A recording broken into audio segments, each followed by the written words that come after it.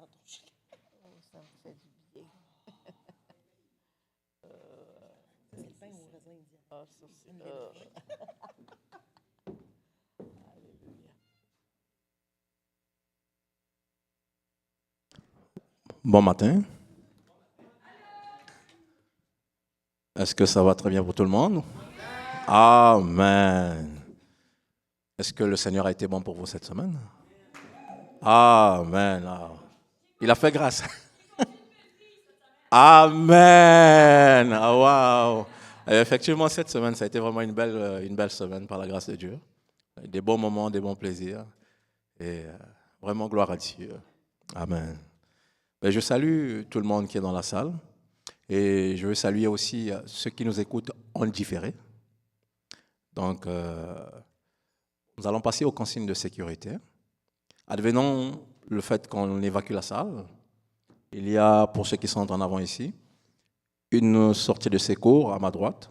Et pour ceux qui sont en arrière, une sortie de secours de l'autre côté, en arrière, à gauche.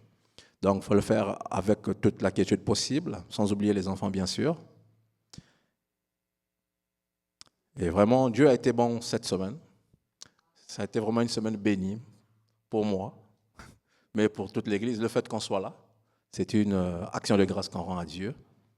Donc la Bible dit « Heureux l'homme qui l'admet dans sa présence ». Il nous a attirés à lui. Et vraiment, il faut dire merci pour cela. Nous rendons gloire à Dieu. Ce matin, je vais lire un psaume qui a 5 versets. Et puis, je vais prier.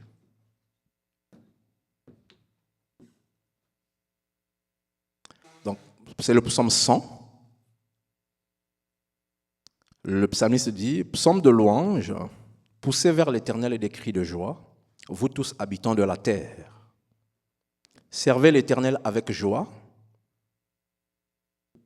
venez avec allégresse en sa présence. Sachez que l'Éternel est Dieu, c'est lui qui nous a fait et nous lui appartenons. Nous sommes son peuple et le troupeau de son pâturage. Entrez dans ses portes avec des louanges, dans ses parvis avec des cantiques. Célébrez-le, bénissez son nom, car l'Éternel est bon, sa bonté dure toujours et sa fidélité de génération en génération. Dans le verset 2, où il est écrit « Servez l'Éternel avec joie », venez avec allégresse en sa présence. Le même verset dans la version Ségon 78 colombe, la Bible dit « Venez avec des acclamations dans sa présence ». Donc il aime qu'on l'acclame quand on vient devant lui. Et c'est ce que nous allons faire ce matin. Je vais prier pour remettre ces moments entre les mains de Dieu. Père de lumière, merci encore de nous avoir attirés à toi. C'est avec joie que nous venons pour te servir et t'adorer. Merci Seigneur de ce que nous pouvons te célébrer. Merci Seigneur de ce que nous t'appartenons. Et merci Seigneur de ce que nous allons te rendre un culte encore agréable pour la gloire de ton nom, car tu es digne de louange, digne de gloire et digne d'honneur. Que ton nom soit béni, au nom puissant et glorieux de Jésus. Amen. Amen. Donc je vous prierai de vous mettre debout et de commencer à acclamer très fort pour le Seigneur. Il ne faut pas applaudir, acclamer, car il est digne de louange. Amen. Amen. Alléluia. Vous êtes prêts? Alléluia.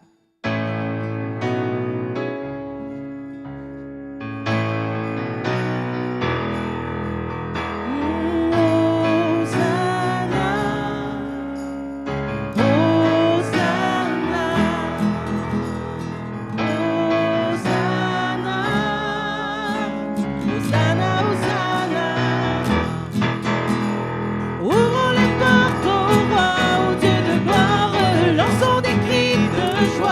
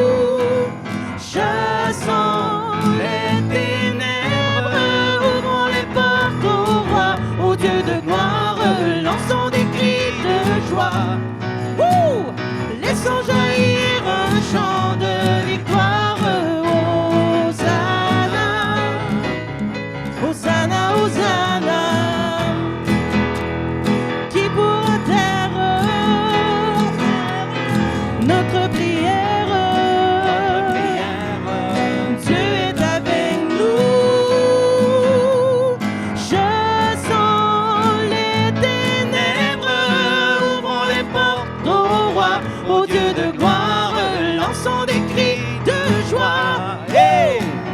Laissons jaillir un chant de victoire.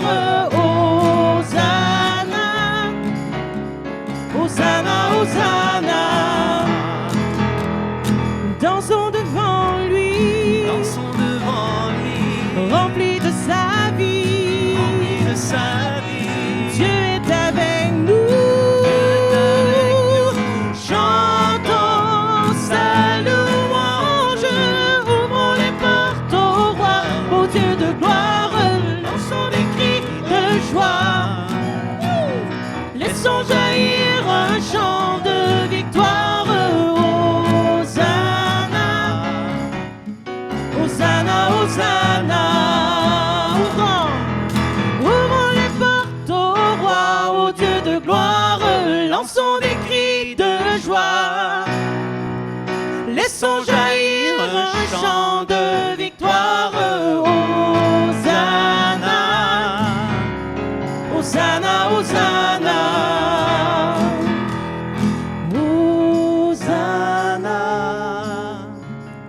Hosanna. Élevons le nom de Jésus, Hosanna, Hosanna, que ton nom soit loué, Hosanna, Hosanna, Alléluia, Hosanna, Hosanna, Hosanna. Alléluia, Seigneur, Alléluia, oh, Alléluia.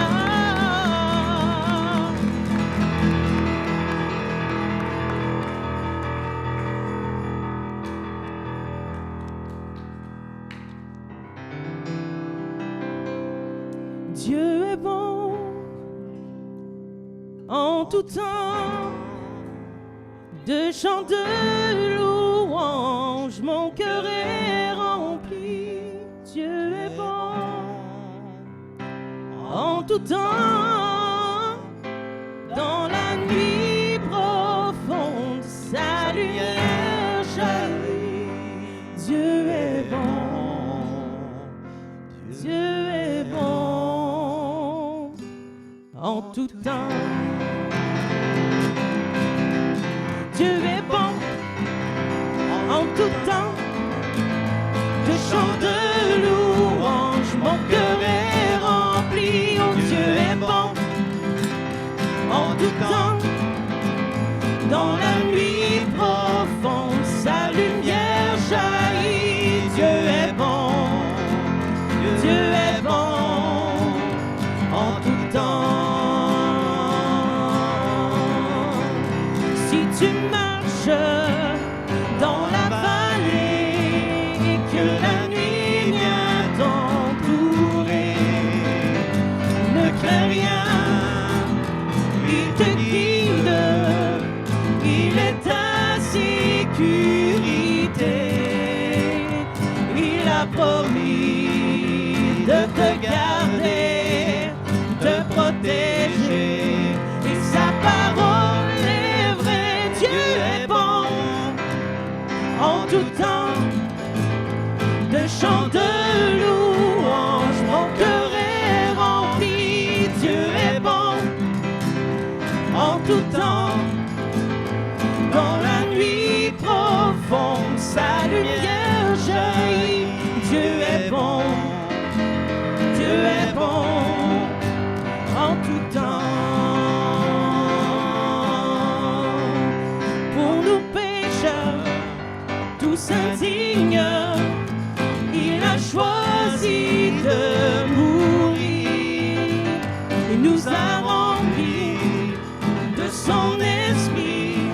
Nous pouvons maintenant proclamer que son amour durera toujours, que son règne n'aura pas de fin. Dieu est bon en tout temps, de chants de louange, mon cœur est rempli. Dieu est bon en tout temps, Dans la nuit profonde, sa lumière jaillit. Dieu est bon, Dieu est bon en tout temps. Parfois je ne comprends pas les plans que tu as pour moi. Ma vie est dans tes mains. Par les yeux de la foi, je peux voir très bien que Dieu est bon en tout temps. De chants de louanges, mon cœur est rempli. Dieu est bon en tout temps. Dans la nuit profonde, sa lumière jaillit. Dieu est bon, Dieu est bon, Dieu est bon, Dieu est bon, tellement bon. Dieu est bon, c'est si bon en tout temps.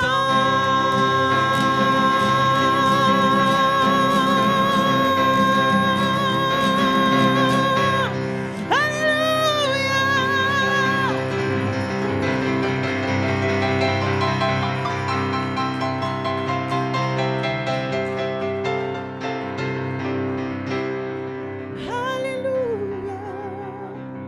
Alléluia, Alléluia. Tu es bon en tout temps. Alléluia. Oh, Alléluia, Alléluia. Tu es bon, tu es merveilleux. Tu es si bon. Tu es si bon, bon pour moi, bon pour nous. Tu es grand et merveilleux, tu es glorieux, miséricordieux. Alléluia, oh, oh, mon roi, mon Seigneur. Tu es bon en tout temps. Alléluia. Alléluia, tu es glorieux, tu es merveilleux, tu es souverain, Seigneur. Oh, tu es glorieux, tu es merveilleux, tu es majestueux. Alléluia, oh, oh, oh, oh. Tu es grand, Seigneur. Tu es le merveilleux. Alléluia. No, oh, oh, oh. Tu es majestueux, miséricordieux et juste.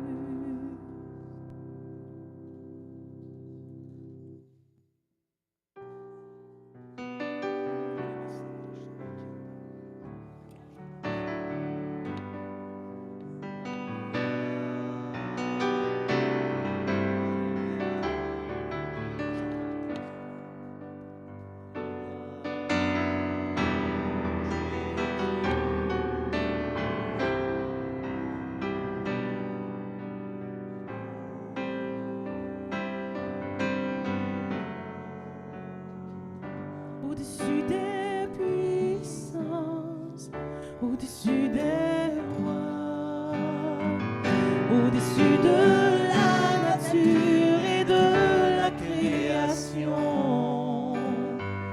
au-dessus de tous les plans des hommes sages,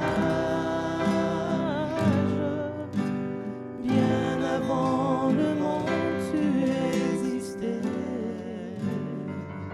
Au-dessus des royaumes, au-dessus des trônes, au-dessus des que ce monde a connu, par-dessus tous les traits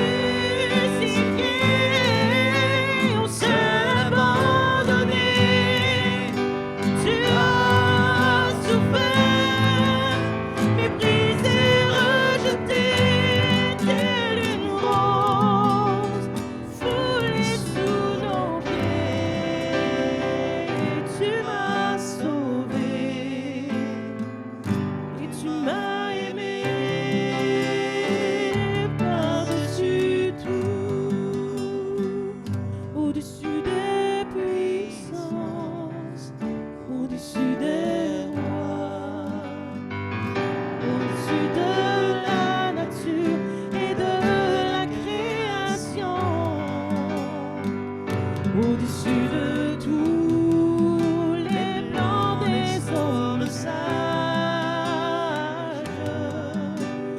Bien avant le monde, tu existais. Au-dessus des royaumes, au-dessus des trônes, au-dessus des merveilles que ce monde a connues. Par-dessus tous les trésors de la terre, rien ne peut mesurer ta valeur.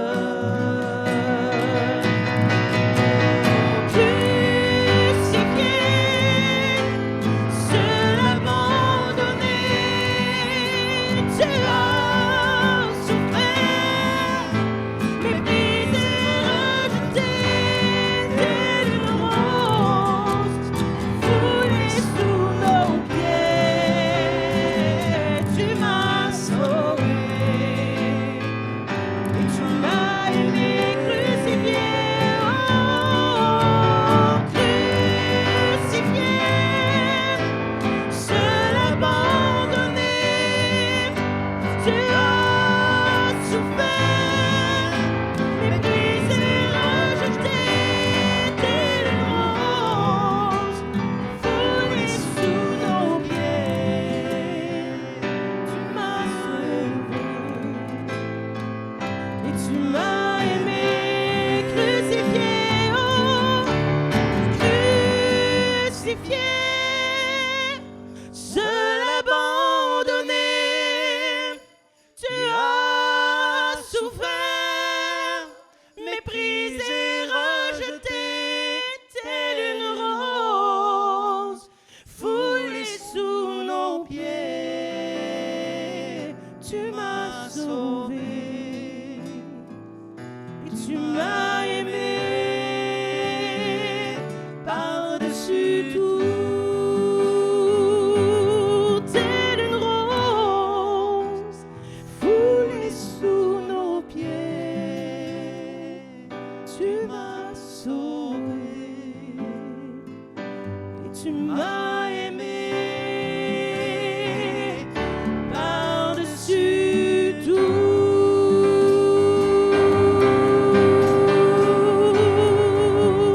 Alléluia,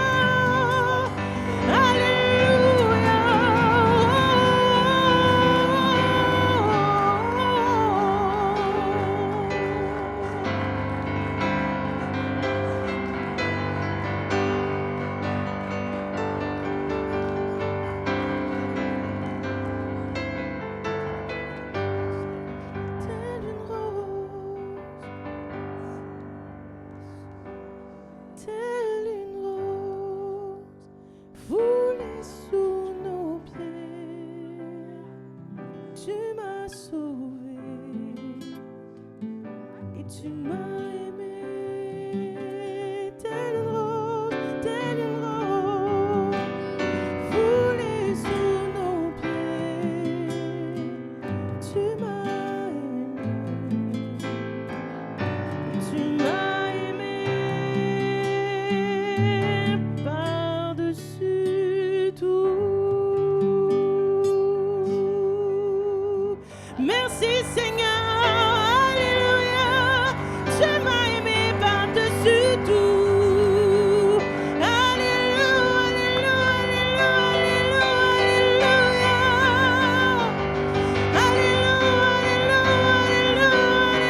alléluia. Tu m'as aimé par-dessus tout.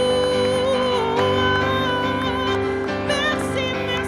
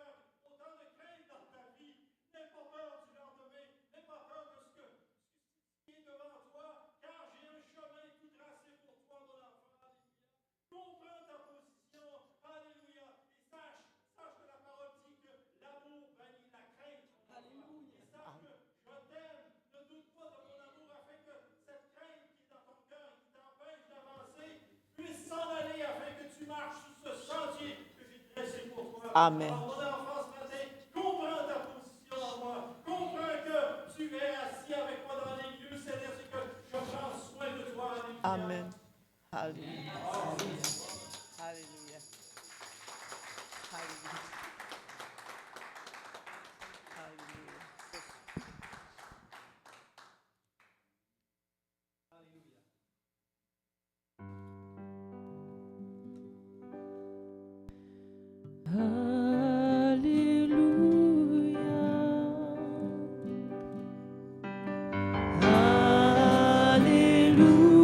Alléluia, car le Seigneur Tout-Puissant règne.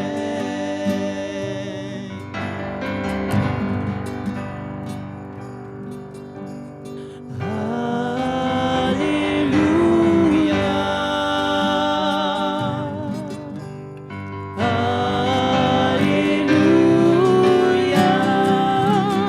car le Seigneur Tout-Puissant règne.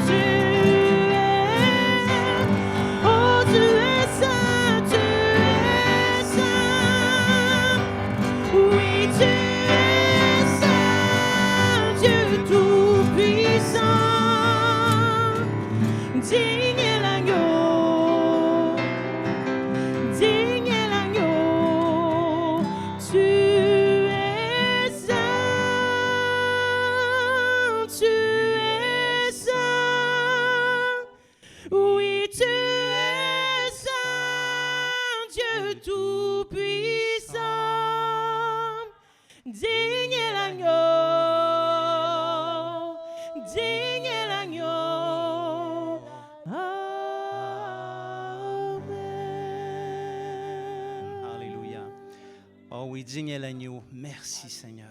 Alléluia. Nous nous préparons maintenant à prendre le repas du Seigneur. La parole nous invite à s'examiner chacun soi-même pour savoir si on est digne de prendre le repas du Seigneur. Il faut discerner dans le pain le corps de Jésus et discerner dans le vin le sang de Jésus. Le défaut d'avoir ce discernement peut apporter un jugement et une condamnation contre celui qui ne discerne pas. Mais si tu as fait du Seigneur Jésus ton Sauveur et ton Seigneur, tu peux pleinement participer à la table du Seigneur. Merci Seigneur pour ce rite qui nous a donné de la communion. Alléluia. L'Évangile nous rapporte comme ceci le dernier repas que Jésus a pris avec ses disciples. Pendant qu'ils mangeaient, Jésus prit du pain et prononça la prière de bénédiction. Puis il le rompit et le donna aux disciples en disant, « Prenez, mangez, ceci est mon corps. » Il prit ensuite une coupe et remercia Dieu. Puis il la leur donna en disant, « Buvez-en tous, car ceci est mon sang, le sang de la nouvelle alliance qui est versé pour beaucoup, pour le pardon des péchés. Je vous le dis, je ne boirai plus désormais de ce fruit de la vigne jusqu'au jour où je le boirai de nouveau avec vous dans le royaume de mon Père. » Seigneur, nous te rendons grâce d'avoir accompli cette mission. C'est la plus grande mission de tous les temps, de tout l'univers, de toute la création.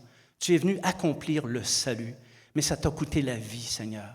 Il a fallu au préalable que tu subisses des tentations, que tu sois méprisé, rejeté, que tu sois crucifié, qu'on te mette une couronne d'épines sur la tête, des clous dans les mains, qu'on te fasse mourir. Et ton sang a coulé sur la croix. Et ce sang, Seigneur, t'a traversé les lieux célestes. Et tu l'as versé sur l'autel après avoir aspergé le propitiatoire afin d'accomplir pour nous l'expiation de nos péchés. Par ton sang, Seigneur, tous nos péchés sont pardonnés. Merci de nous avoir pardonnés. Merci de nous avoir réconciliés avec le Père. Prenons maintenant les éléments.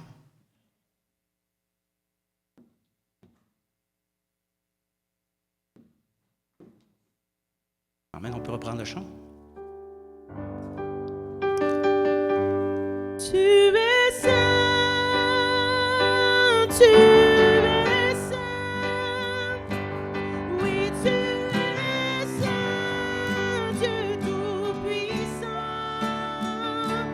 digne est la gloire, digne est la gloire, tu es saint, tu es saint.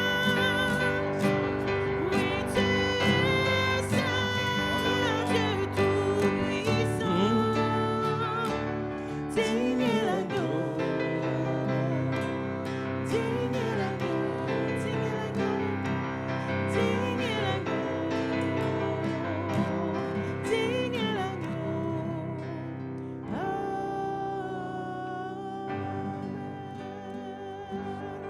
Acclamons l'Éternel, alléluia.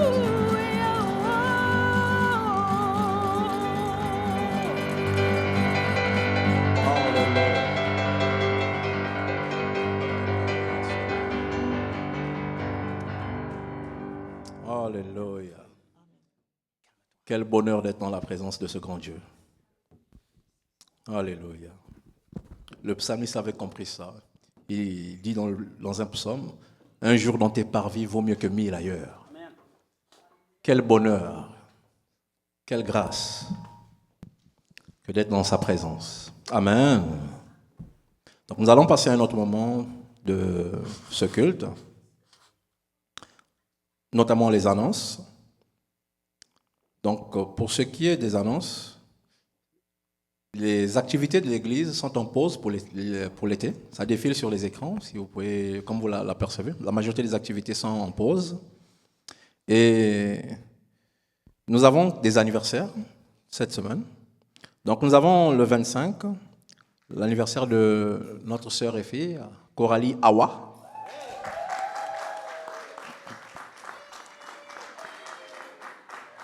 Amen. Amen. Et nous avons aussi l'anniversaire de mariage pour notre frère et sœur, Clermont et Annie.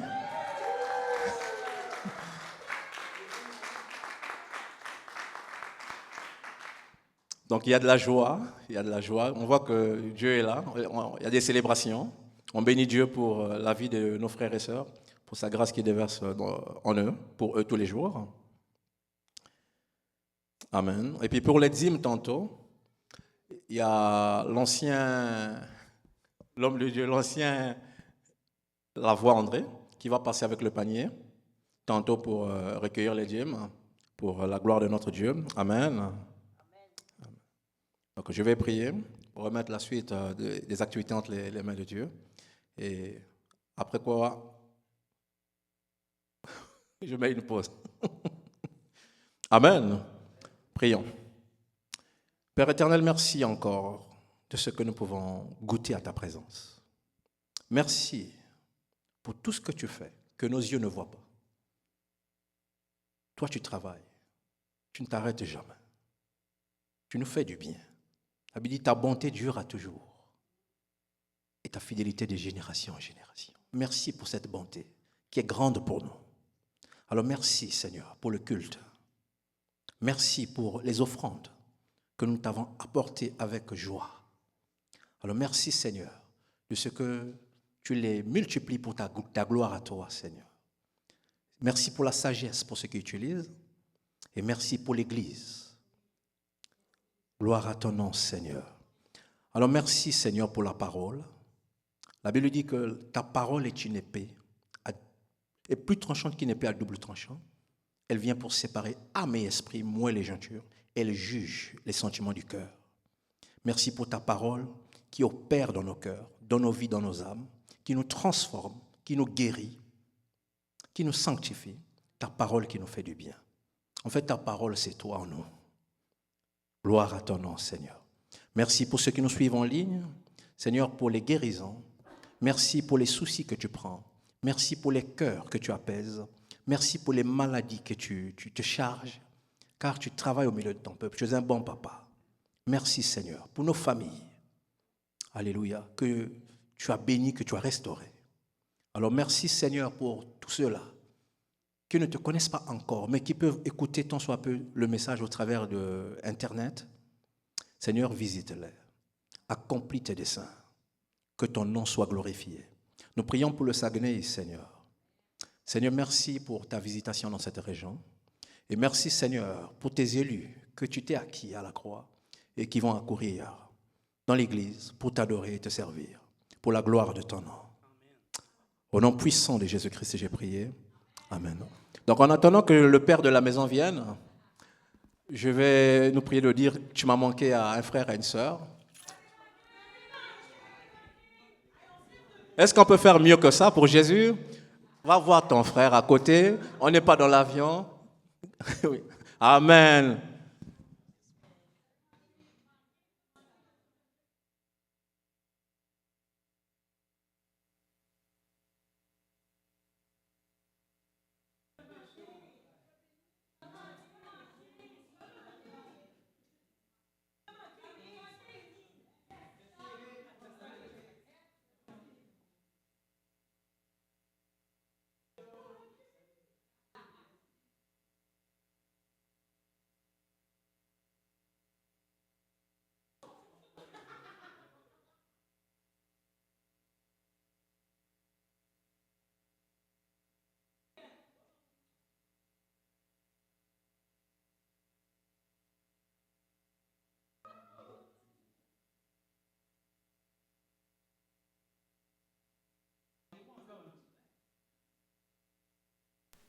Donnez-vous un petit témoignage, j'ai un petit problème technique, il faut que je le résoudre avant de commencer. Parlez-vous un petit peu du Seigneur, ça va bien aller.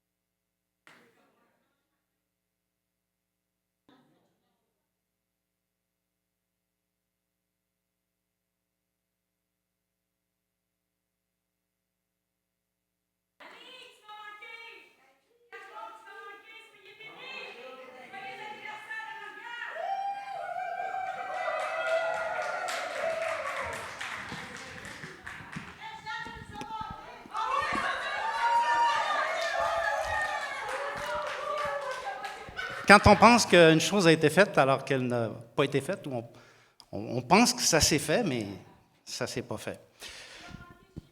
Merci de votre patience, d'avoir attendu. On va s'assurer que la prochaine fois, ça n'arrive pas. Connais-tu ta position dans le Seigneur? C'est bien ça qui a été prophétisé ce matin. Hein? Alors, c'est important de méditer là-dessus, parce que dans le message, on va en parler un petit peu, et il y a certainement une communication du Saint-Esprit là-dedans. Alléluia.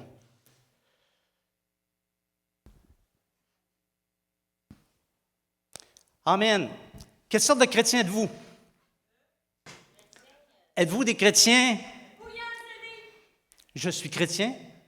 Êtes-vous des chrétiens du dimanche? Êtes-vous des chrétiens engagés? Où est votre cœur dans le Seigneur? On va prier. Seigneur, nous te remercions pour l'opportunité que nous avons de considérer ta parole, de recevoir la communication du Saint-Esprit, c'est un privilège. Et Seigneur, qu'il me soit accordé le privilège de pouvoir la communiquer ta pensée à ton peuple, et que nos cœurs soient ouverts et réceptifs à ce que le Saint-Esprit veut dire ce matin à son Église. Seigneur, je te recommande ce message au nom de Jésus. Amen. Dans plusieurs messages précédents, on a parlé du dessein de Dieu visant à sauver les hommes. Hein? S'il y avait une manière de résumer la Bible, on dirait « salut des hommes », pour sauver les hommes. Et ce grand dessein s'exprime dans le travail de l'Église, dont nous avons proposé une définition. L'Église, vous connaissez maintenant la définition du mot Église, c'est le rassemblement des croyants sous les ordres du Saint-Esprit. C'est pas compliqué. Rassemblement, mais pas pour se congratuler, pour obéir aux ordres du Saint-Esprit. C'est une belle définition. Or, il n'est pas si évident que tous les chrétiens des églises soient sous les ordres du Saint-Esprit.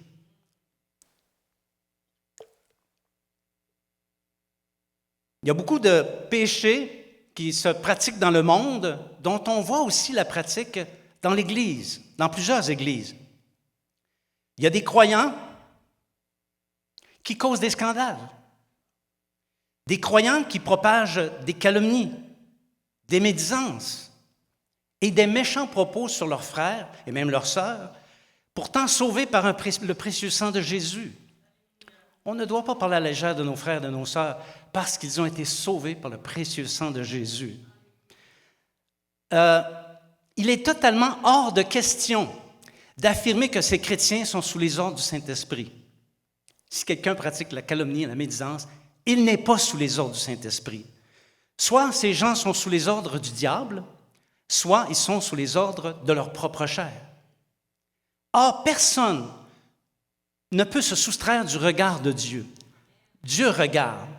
Moi, quand je vous regarde, je vois votre figure, votre face. Il y en a qui ont une belle face, d'autres un peu moins belles. Mais je ne peux pas voir qu'est-ce qu'il y a dans votre cœur.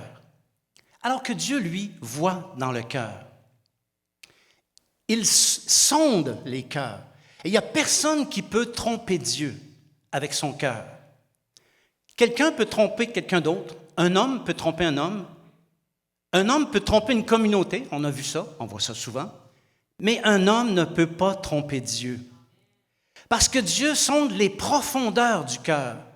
Même les endroits les plus cachés que même nous, on ne connaît pas. Et ça, il fait ça avec tous les hommes. Et il agit envers chacun selon sa conduite. Telle est la conduite de quelqu'un, telle est la manière dont Dieu va se conduire avec lui ou elle. C'est le sens de l'encouragement de David qui va nous inspirer ce matin, qui, vers la fin de sa vie, a donné à son fils Salomon une recommandation. Il lui a dit ceci dans 1 Chronique, chapitre 28, versets 9 à 10. « Et toi, Salomon, mon fils, connais le Dieu de ton Père et sers-le d'un cœur dévoué et d'une âme bien disposée, car l'Éternel sonde tous les cœurs et pénètre tous les desseins et toutes les pensées. Si tu le cherches, il se laissera trouver par toi, mais si tu l'abandonnes, il te rejettera pour toujours. Considère maintenant que l'Éternel t'a choisi afin que tu bâtisses une maison qui serve de sanctuaire. Fortifie-toi et agis. » Amen. C'est fort. Telle donc est la conduite d'un homme envers Dieu, telle sera la conduite de Dieu envers cet homme. Dis-moi comment tu te comportes comme chrétien, je te dirai comment Dieu va se comporter vis-à-vis de toi. Parce que Dieu connaît tous les desseins et toutes les pensées du cœur. Comment Dieu agit-il selon les cœurs? Quelles sont ses attentes envers les hommes, mais plus encore envers ses serviteurs? Et quelle doit être notre attitude face à ces vérités? C'est le sens de notre méditation de ce matin. Est-ce que vous êtes avec moi? Dieu agit selon la conduite de chacun. Et ça, c'est très important qu'on comprenne ça. Quand David tient ce discours avec son fils Salomon, on peut dire qu'il le fait à titre d'homme expérimenté dans les voies de Dieu. Il était près de mourir. David connaissait son Dieu. D'ailleurs, il y a beaucoup de choses qu'on connaît de Dieu qui nous ont été communiquées par David. La Bible enseigne que David avait un cœur selon Dieu. Dès son jeune âge, David aimait l'Éternel et il était déjà pur en son cœur, dans son jeune âge. Il avait reçu l'onction pour être roi sur Israël, mais bien avant de devenir roi, il a été mis à l'épreuve. Dieu a sondé son cœur de plus d'une manière. David avait aussi expérimenté la puissance de Dieu dès sa jeunesse. Il a appris les voies de Dieu. Ça n'a pas toujours été facile. Souvent, ça a été difficile. David a commencé son ministère en protégeant les brebis de son père des prédateurs.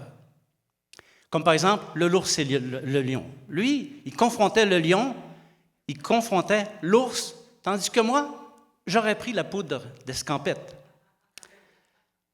J'ai été visité cette semaine en forêt par une bête sauvage, mais merci Seigneur, je n'ai pas eu à me battre contre elle. Je vous raconterai ça un peu plus tard.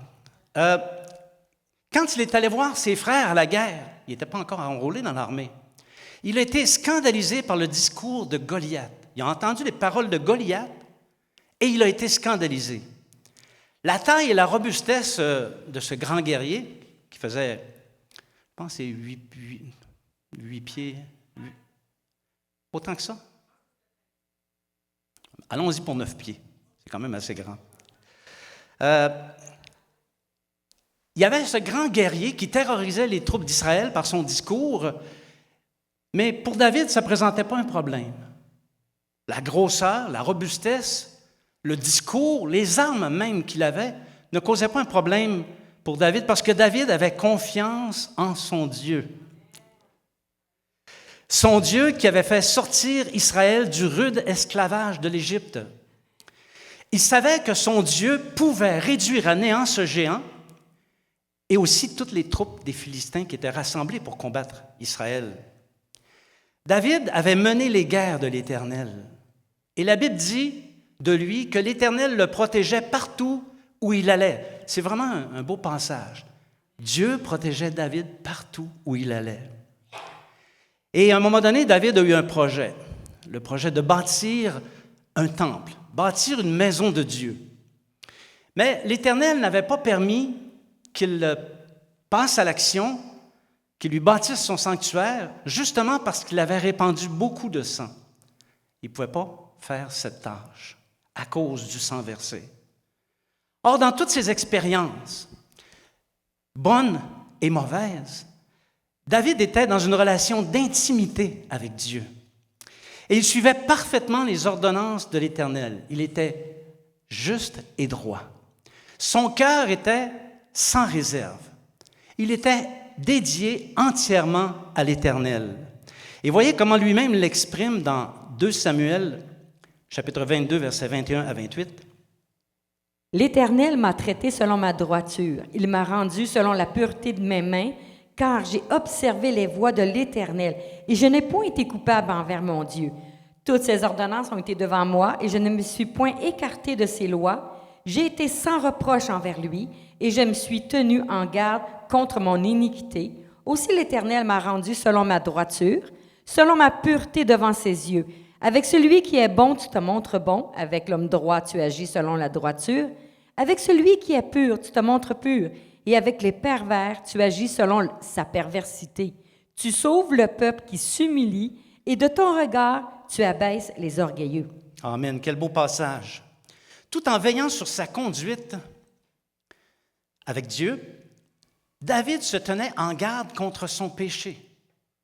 Il connaissait ses faiblesses, il connaissait ses propres péchés et il se tenait en garde contre son péché et Dieu le lui rendait magnifiquement. Avec celui qui est pur, tu te montres pur. Avec celui qui a un cœur pervers, tu agis selon sa perversité. Quand le cœur de David a été entraîné vers les 2 grands péchés qu'il a commis, l'affaire de Bathsheba, qu'on connaît tous, Bathsheba qui était la femme d'Uri, puis aussi dans l'affaire du dénombrement d'Israël, qui était une chose interdite dans la loi de Dieu, Dieu lui a rendu. Il lui a rendu. Avec celui qui est bon, tu te montres bon. Avec l'homme droit, tu agis selon sa droiture. Avec celui qui est pur, tu te montres pur. Et avec le pervers, tu agis selon sa perversité. David a payé très cher ses manquements. Mais néanmoins, il est demeuré fidèle. Avec un cœur, selon Dieu, entièrement dédié. C'est pour ça, tantôt, je disais, il a été fidèle dans les bons moments, mais aussi dans les mauvais moments. Et à quelque part, c'est une recommandation pour nous aussi.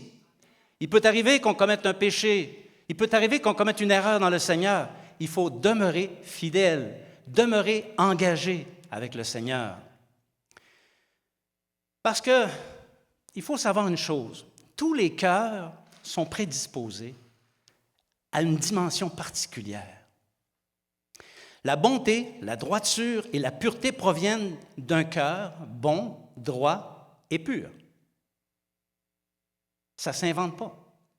La méchanceté des méchants provient d'un cœur pervers, c'est-à-dire un cœur qui change le mal en bien, le bien en mal, c'est-à-dire les choses bien en des choses mal, OK? Ou qui prend plaisir à faire le mal. Alors, soit le cœur démontre la nature de l'homme bon, soit il démontre la nature mauvaise de l'homme. Et c'est David qui a donné cette maxime qu'on voit occasionnellement, des méchants vient la méchanceté. Si tu croises un méchant, attends-toi à ce qu'il soit méchant envers toi. Si tu croises un homme bon, attends-toi de bénéficier de sa bonté. Alors, des méchants sur la terre, et dans notre génération, il y en a des tonnes. Aussi, il y a beaucoup de méchanceté sur la terre, parce que des méchants vient la méchanceté. Le fait que la conduite, bonne ou mauvaise, soit le résultat de ce qui se trouve dans le cœur, c'est une vérité essentielle, fondamentale, qui nous a aussi été enseignée par le Seigneur Jésus dans l'Évangile de Luc, chapitre 6, versets 43 à 45. Ce n'est pas un bon arbre qui porte du mauvais fruit, ni un mauvais arbre qui porte du bon fruit, car chaque arbre se connaît son fruit. On ne cueille pas des figues sur les épines, et l'on ne vendange pas des raisins sur des ronces. L'homme bon tire de bonnes choses du bon trésor de son cœur, et le méchant tire de mauvaises choses de son mauvais trésor, car c'est de l'abondance du cœur que la bouche parle. Amen. C'est pas vrai que l'homme naît fondamentalement bon puis qu'il se corrompt au fil des jours. Il naît fondamentalement mauvais. Et il passe sa vie, s'il est chrétien, à chasser, à lutter contre les choses mauvaises de sa vie. Cette parole du Seigneur Jésus déclare formellement que la conduite d'un homme dévoile le contenu de son cœur. L'état du cœur est donc prédisposé, soit à la bonté, soit à la méchanceté. Et si on ajoute à ça ce que l'apôtre Paul a dit, tous ont péché ou tous sont perdus et sont privés de la gloire de Dieu, alors on comprend mieux que même les cœurs bien disposés, attention, je dis quelque chose ici, là, même les cœurs bien disposés sont naturellement enclins au mal. Il faut lutter contre le mal. Il faut lutter contre le mal qui se présente à nos cœurs. Et on a des outils pour ça, Dieu nous en donne.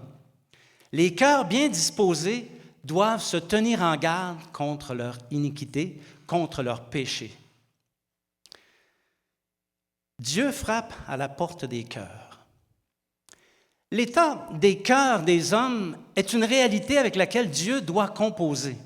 Il doit composer avec ton cœur, tel qu'il est, avec mon cœur, tel qu'il est. Parce que même s'il rend à chacun selon sa conduite, son désir le plus ardent, c'est que tous parviennent au salut. Que tous abandonnent leur mauvaise voie, leur mauvaise conduite et viennent à lui pour être régénérés et être capables de faire le bien tel que Jésus l'a enseigné dans l'Évangile, qu'ils abandonnent les mauvaises dispositions de leur cœur pour adopter une conduite selon Dieu. Et ça, c'est possible, ça passe par le chemin de la repentance. Dieu veut convaincre du salut. Donc, on sait, ce n'est pas un grand enseignement que je donne ce matin, que naturellement, l'homme n'est pas enclin à venir vers Dieu. On fait un effort pour venir vers Dieu. Quand tu te mets à prier, tu fais un effort. Quand tu te mets à lire la Bible, tu fais un effort.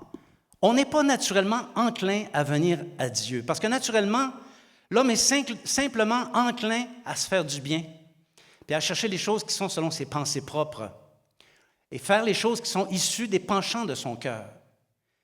Si Dieu n'avait pas mis la pensée de l'éternité dans le cœur de l'homme, s'il n'avait pas mis les mécanismes de la conscience, on serait tous comme les animaux, et dans le monde, ça serait comme la loi de la jungle. Il y a certains endroits, c'est un peu comme ça. Hein? C'est un petit peu la loi de la jungle. Ecclésiaste, chapitre 3, versets 11 à 14. Il fait toutes choses bonnes en son temps, même il a mis dans leur cœur la pensée de l'éternité, bien que l'homme ne puisse pas saisir l'œuvre que Dieu fait, du commencement jusqu'à la fin. J'ai reconnu que tout ce que Dieu fait durera toujours, qu'il n'y a rien à y ajouter et rien à en retrancher, et que Dieu agit ainsi afin qu'on le craigne. Amen. Il y a la pensée de l'éternité et tous les mécanismes que Dieu a déposés dans le cœur afin qu'on apprenne à le craindre. La pensée de l'éternité, elle nous oblige à réfléchir sur les questions existentielles. Hein? Qui suis-je? Pourquoi suis-je venu au monde? Quelle est mon utilité ici? Quelles sont mes origines? Quel est le but pour moi? Qu'y a-t-il après la mort? Des questions fondamentales. Ces questions sont voulues par Dieu parce qu'elles conduisent à lui. Et de plus, le Seigneur a son Saint-Esprit à disposition afin de convaincre de péché, de justice et de jugement. S'il n'y avait pas le Saint-Esprit, on ne serait pas capable de découvrir les voies de Dieu. Alors l'Esprit de Dieu, à quelque part, lutte avec tous les hommes, chrétiens, non chrétiens. Il lutte avec tous les hommes pour les amener à la justice de Dieu. Il met son Saint-Esprit à disposition pour cette raison. Jésus frappe à la porte des cœurs pour entrer dans une relation intime avec les cœurs et que les cœurs fassent la volonté de Dieu. Il frappe. Apocalypse chapitre 3, versets 19 à 20. Moi, je reprends et je châtie tous ceux que j'aime. Aie donc du zèle et repens-toi. Voici, je me tiens à la porte et je frappe. Si quelqu'un entend ma voix et ouvre la porte, j'entrerai chez lui, je souperai avec lui et lui avec moi. Amen. Il faut que tout homme, en réponse à la sollicitation du Saint-Esprit, ouvre la porte de son cœur. C'est un peu ça le sens de l'image qu'on a vue tout à l'heure. Et une fois qu'il est entré, il est dans le cœur. Il faut qu'il entre. Mais avant d'entrer, ça prend la permission. Il faut que le cœur entende toc, toc, toc et qu'il dise oui, entrez. Et ensuite, il peut partager un repas avec le Seigneur Jésus. C'est ce qui fait la différence entre un chrétien de nom et un chrétien qui s'engage dans une relation d'intimité avec son Dieu. Quand Jésus réussit à convaincre quelqu'un et qu'il le conduit à la repentance, alors le cœur entier change. Quand je suis venu au Seigneur Jésus, mon cœur tout entier a changé. Et le Seigneur travaille encore pour qu'il change des choses aujourd'hui aussi. Le cœur dans lequel Jésus entre en intimité, il devient orienté vers les choses de Dieu. Depuis que Jésus est entré dans mon cœur, ma plus grande passion, ce sont les choses de Dieu. Quand je parle avec quelqu'un, ce qui m'intéresse le plus, c'est les choses de Dieu.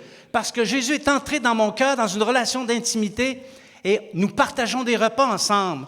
Nous partageons des choses ensemble. Il me parle, il m'enseigne. Il me fait marcher dans ses voies. Quelqu'un disait amen à cette phrase. Alléluia. Le point de bascule. Après la conversion, quand on a laissé entrer Jésus dans le cœur, il est d'une importance capitale de connaître le Seigneur et de le servir avec zèle. Pas avec sel, avec zèle. Et croyez-moi, quand quelqu'un vient au Seigneur, l'ennemi des âmes, pour ne pas le nommer le diable, fera tout pour s'assurer que les nouveaux convertis abandonnent la foi. Et ça, je l'ai vu. Je l'ai vu assez pour avertir les nouveaux convertis. Prépare-toi, tu vas subir des attaques. Tu vas être assailli par le diable. Il va vouloir que tu abandonnes la foi. Puis s'il ne réussit pas à faire abandonner la foi, il va tout faire pour qu'il demeure stérile, qu'il ne fasse pas les œuvres de Dieu dans sa vie. Et c'est pourquoi il faut chercher le Seigneur de tout son cœur. On a parlé de ça, hein? Chercher et consulter Dieu. Il faut le chercher de tout son cœur, s'attacher à lui et s'attacher à sa parole et le servir dans le processus normal de maturation. Quand Jésus entre dans le cœur, on est une personne nouvellement née et on grandit, on mature dans notre foi. Alléluia. Et puisque Dieu connaît les profondeurs du cœur, il va provoquer des circonstances qui feront que les mauvaises dispositions disparaissent et qu'elles soient remplacées par des bonnes dispositions. Et croyez-moi, c'est vraiment ça qui se passe.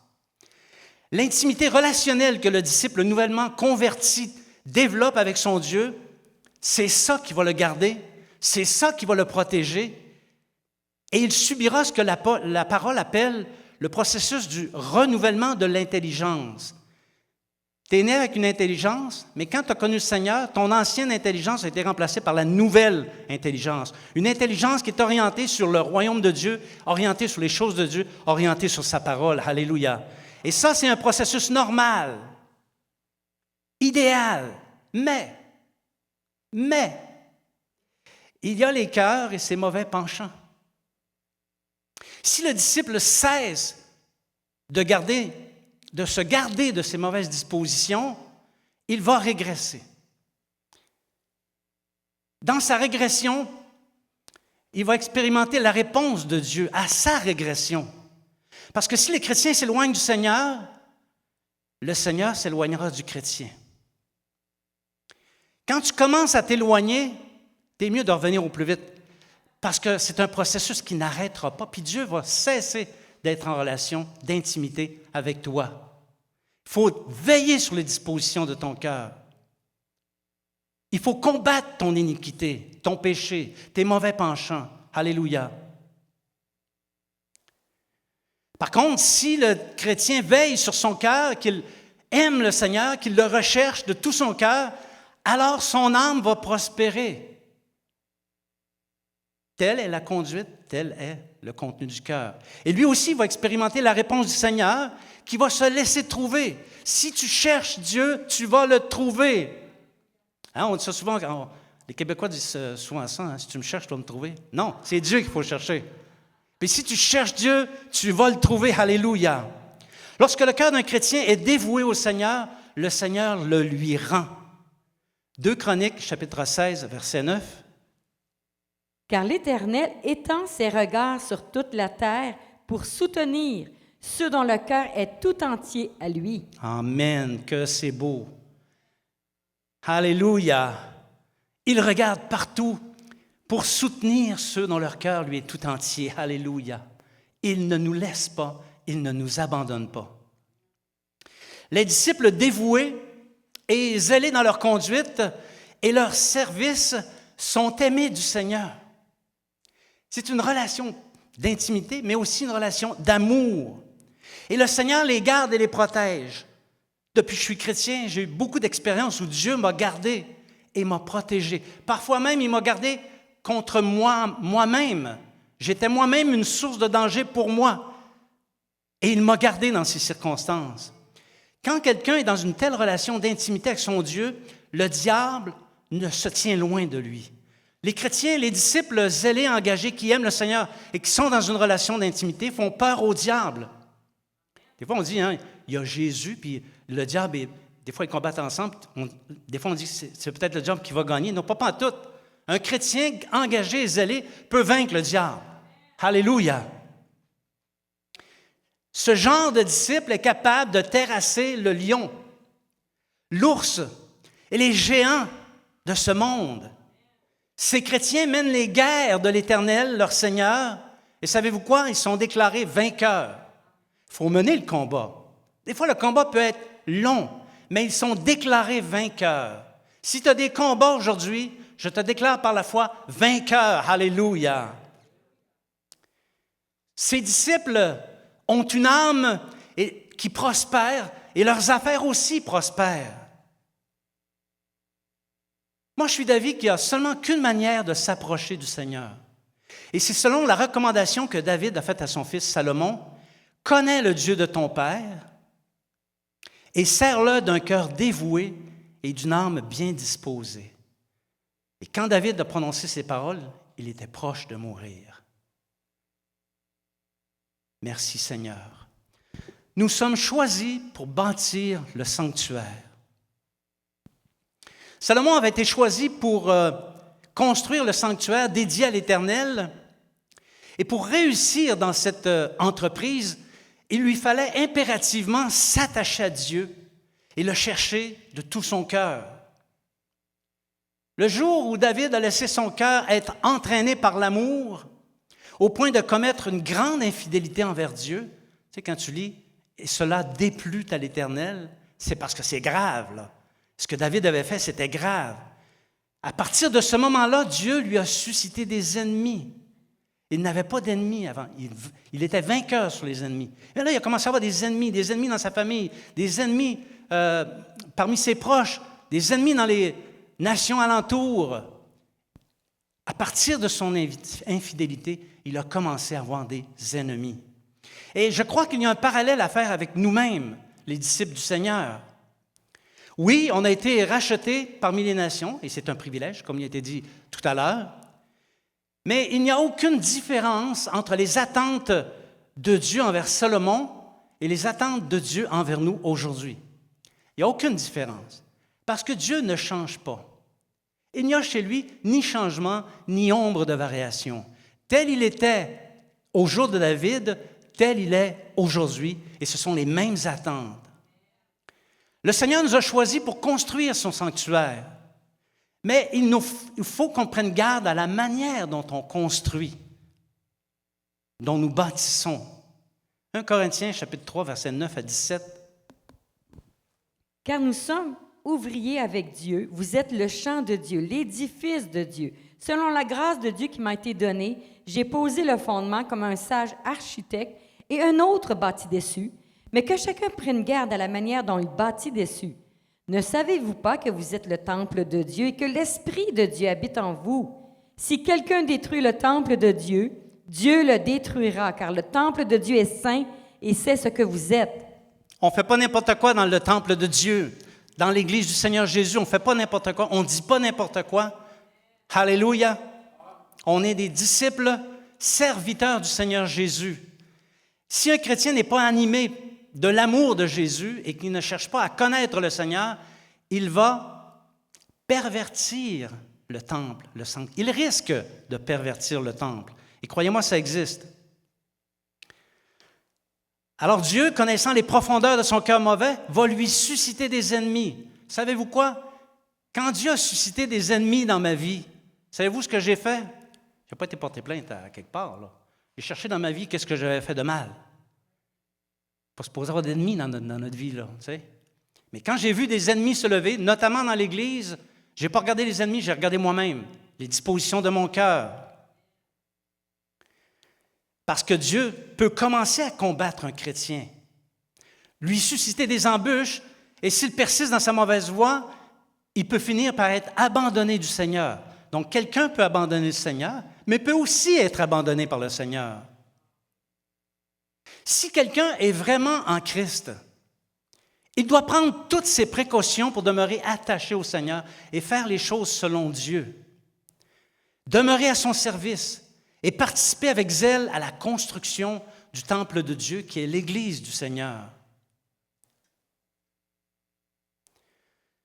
Bien-aimés, pour connaître le Seigneur, le chercher convenablement et construire efficacement le temple de Dieu, il faut aimer passionnément le Seigneur, c'est un mot à la mode, hein? Et il faut aimer passionnément son royaume. À quoi reconnaît-on un tel chrétien? On le reconnaît à sa conduite chrétienne. à ce qu'il reflète, aux décisions qu'il prend, aux gestes qu'il pose. Les chrétiens qui possèdent un cœur entier et selon le cœur de Dieu se reconnaissent à ceci. Écoutez bien, ils lisent la Bible, ils la connaissent. Ils se tiennent à la compagnie des disciples. Ils ne sont pas confortables avec les gens du monde. Ce n'est pas normal quand un chrétien se sent confortable dans un groupe du monde. Ce n'est pas normal. Je ne dis pas qu'on ne peut pas avoir des activités, là. Mais tu sais, par exemple, faire le party avec des gens du monde, là, c'est pas normal. Si tu es confortable là-dedans, c'est pas normal. Je te dis pas, vas-y pas. Je te dis, si tu n'es pas confortable, c'est pas normal. Si tu es confortable dans le groupe, c'est pas normal. Faudrait pas que je me dédise non plus, hein? Coudonc, lui, il dit, puis il dédie. Alors, ces chrétiens-là pratiquent le bien sous toutes ses formes. Ils s'efforcent de pratiquer le bien. Ils renoncent à eux, justement pour être capables de pratiquer le bien. Et ils s'efforcent de mettre en pratique l'Évangile. Ces chrétiens-là aiment véritablement les frères et les sœurs, jusqu'au point de donner leur vie s'il le faut. Et ils supportent tout dans l'Église, et pas juste dans l'Église, partout ailleurs. Ils sont bons, droits et purs, comme l'était David. Enfin, ils combattent jour après jour leurs propres péchés, et ils se tiennent loin de ceux qui, tout en se disant chrétiens, ne font pas ces choses élémentaires. Leur cœur est sans réserve. Amen. J'invite les musiciens, je suis rendu à la conclusion. Je suis arrivé à la conclusion. Pardon. Bien-aimés, le Seigneur nous interpelle sur la manière dont on doit se conduire comme chrétien dans le temple de Dieu ou dans l'Église qu'il est en train de construire. On est participant de l'œuvre qu'il est en train de construire. Il ne faut pas nous relâcher, comme l'a fait Salomon vers la fin de sa vie, qui abandonna l'Éternel, dont le cœur n'était plus entier. Prenons soin de notre cœur. Veillons sur notre cœur. Parce que c'est de notre cœur que proviennent toutes les mauvaises pensées et les mauvais desseins. Ne laissons pas les chrétiens délavés par le monde nous entraîner dans la faiblesse de cœur. Comprenons la nécessité d'être entièrement dédiés au Seigneur et à son Église. Comprenons ce qu'il faut faire pour le connaître, pour le chercher et le trouver. Démontrons notre amour envers lui et envers son temple en déployant notre zèle dans son service. Passons définitivement du côté de la seule vertu qui développe un cœur sans réserve. Être des disciples remarqués pour leur bonté, leur droiture et la pureté de leur conduite. Amen. Je vous invite à vous lever.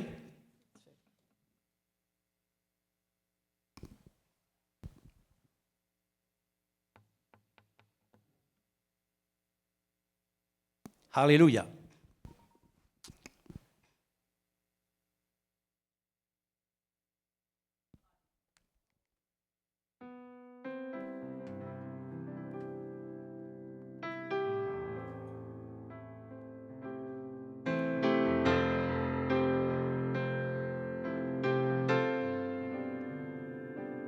Dieu est bon en tout temps, de chants de louanges, mon cœur est rempli.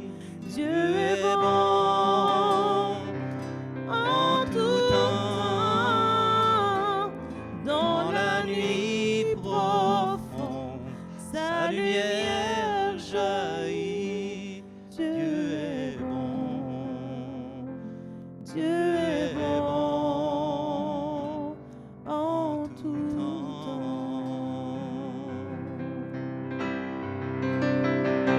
Si tu marches dans la vallée et que la nuit vient t'entourer, ne crains rien, il te guide, il est ta sécurité. Il a promis de te garder.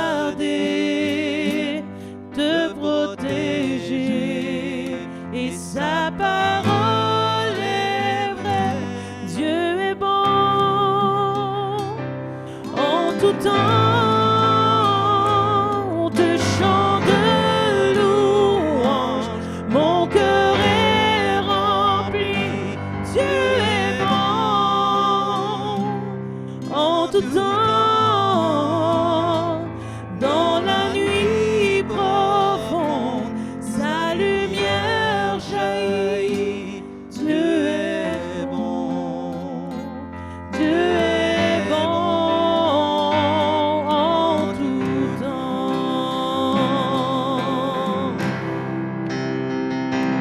Pour nos pécheurs, tous indignes, oh, il a choisi de mourir. Il nous a remplis de son esprit.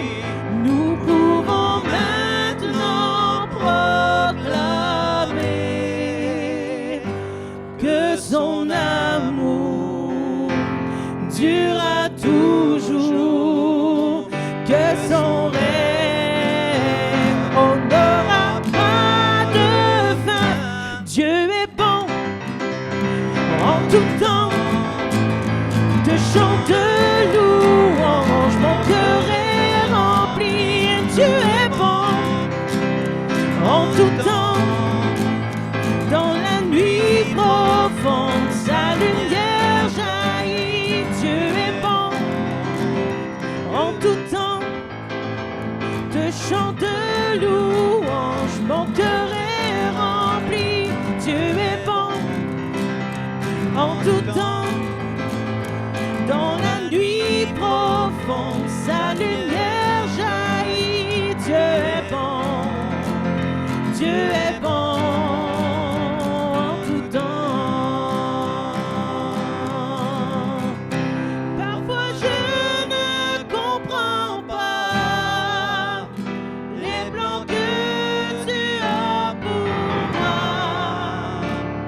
Ma vie est dans tes mains, par les yeux de la foi, je peux voir très bien que Dieu est bon en tout temps, de chants de louanges, mon cœur est rempli. Dieu est bon en tout temps, dans la nuit profonde, sa lumière jaillit. Dieu est bon, Dieu est bon, Dieu est bon, Dieu est bon, tellement bon. Oh, Dieu est bon, et si bon en tout temps.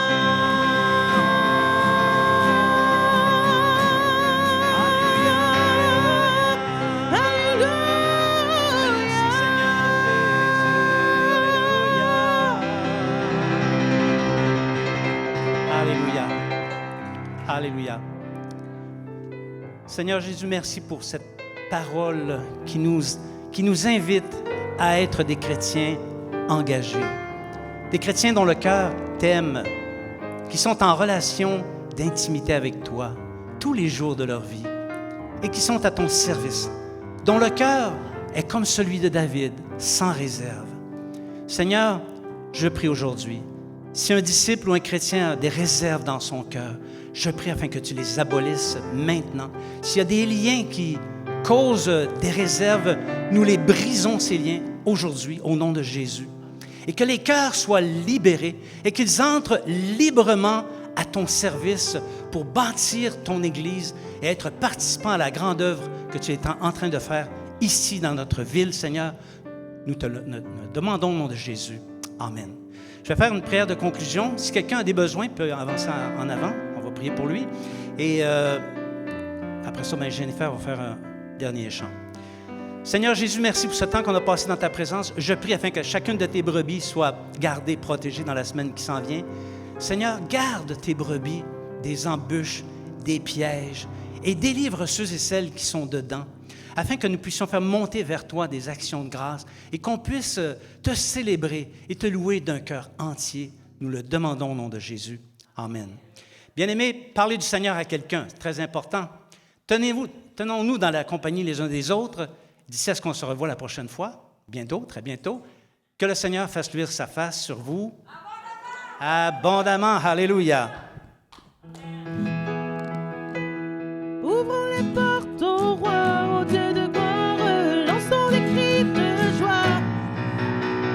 Laissons jaillir un chant de victoire. Hosanna, Hosanna, Hosanna. Ouvrons les portes au roi, au Dieu de gloire, lançons des cris de joie. Laissons jaillir un chant de victoire. Hosanna, Hosanna, marchons ensemble, l'ennemi tremble, tu es avec nous, chassons les ténèbres, ouvrons les portes au roi, au Dieu de gloire, lançons des cris de joie, laissons jaillir un chant de victoire. Hosanna, Hosanna, qui pourra taire notre prière? Tu es avec nous, devant sa bannière, ouvrons les portes au roi, au Dieu de gloire, lançons des cris de joie, laissons jaillir un chant de victoire. Hosanna, Hosanna, Hosanna, dansons devant lui, remplis de sa vie. Tu es avec nous, chantons sa louange, ouvrons les portes au roi, au Dieu de gloire, lançons des cris de joie, laissons jaillir un chant de victoire. Hosanna, Hosanna, Hosanna, Hosanna, Hosanna, Hosanna, Hosanna, Hosanna, Hosanna, Hosanna, d'une seule voix. Hosanna, Hosanna, Hosanna,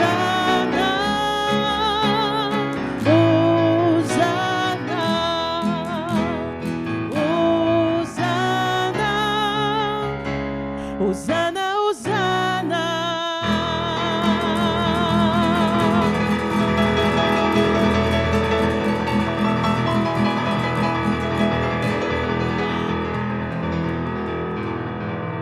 Que le Seigneur vous bénisse abondamment. Bonne semaine. Alléluia.